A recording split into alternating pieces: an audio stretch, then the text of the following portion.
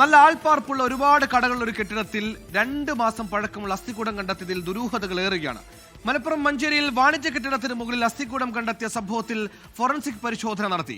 കെട്ടിടത്തിലെ താമസക്കാരിൽ നിന്നും വ്യാപാരികളിൽ നിന്നും പോലീസ് മൊഴി രേഖപ്പെടുത്തി. ഇന്നലെയാണ് കെട്ടിടത്തിന് മുകളിൽ നാട്ടുകാർ അസ്ഥികൂടം കണ്ടെത്തിയത്.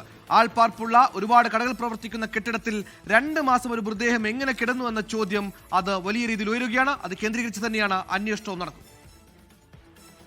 എപ്പോഴും സജീവമായൊരു പ്രദേശം, അവിടെയാണ് ഒരു വാണിജ്യ കെട്ടിടത്തിന് മുകളിൽ ഏറെ നാൾ പഴക്കമുള്ള രീതിയിൽ അസ്ഥികൂടങ്ങൾ കണ്ടെത്തിയത്.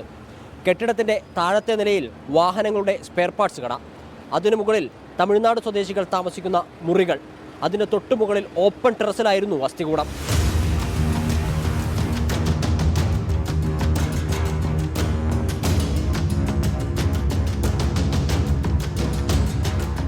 ഈ കെട്ടിടത്തിന് മുകളിൽ ഉണ്ടായിരുന്ന ഫ്ലെക്സ് എടുക്കാൻ വന്നയാളാണ് അസ്ഥി ആദ്യം കണ്ടത്.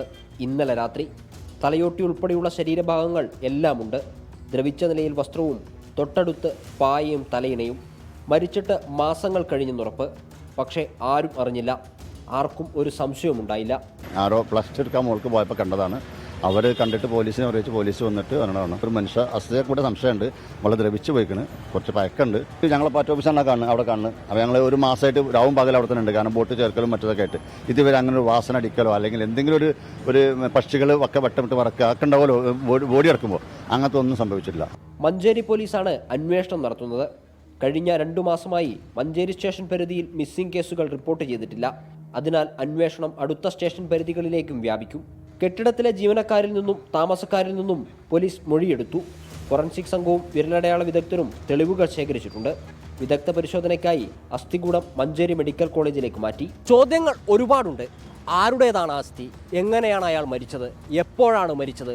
എന്തുകൊണ്ടാണ് ഇത്രയും നാളായിട്ടും ആ അസ്ഥികൂടം ആരുടെയും ശ്രദ്ധയിൽപ്പെടാതിരുന്നത്? മഞ്ചേരി പോലീസ് അന്വേഷണം ആരംഭിച്ചിട്ടുണ്ട്.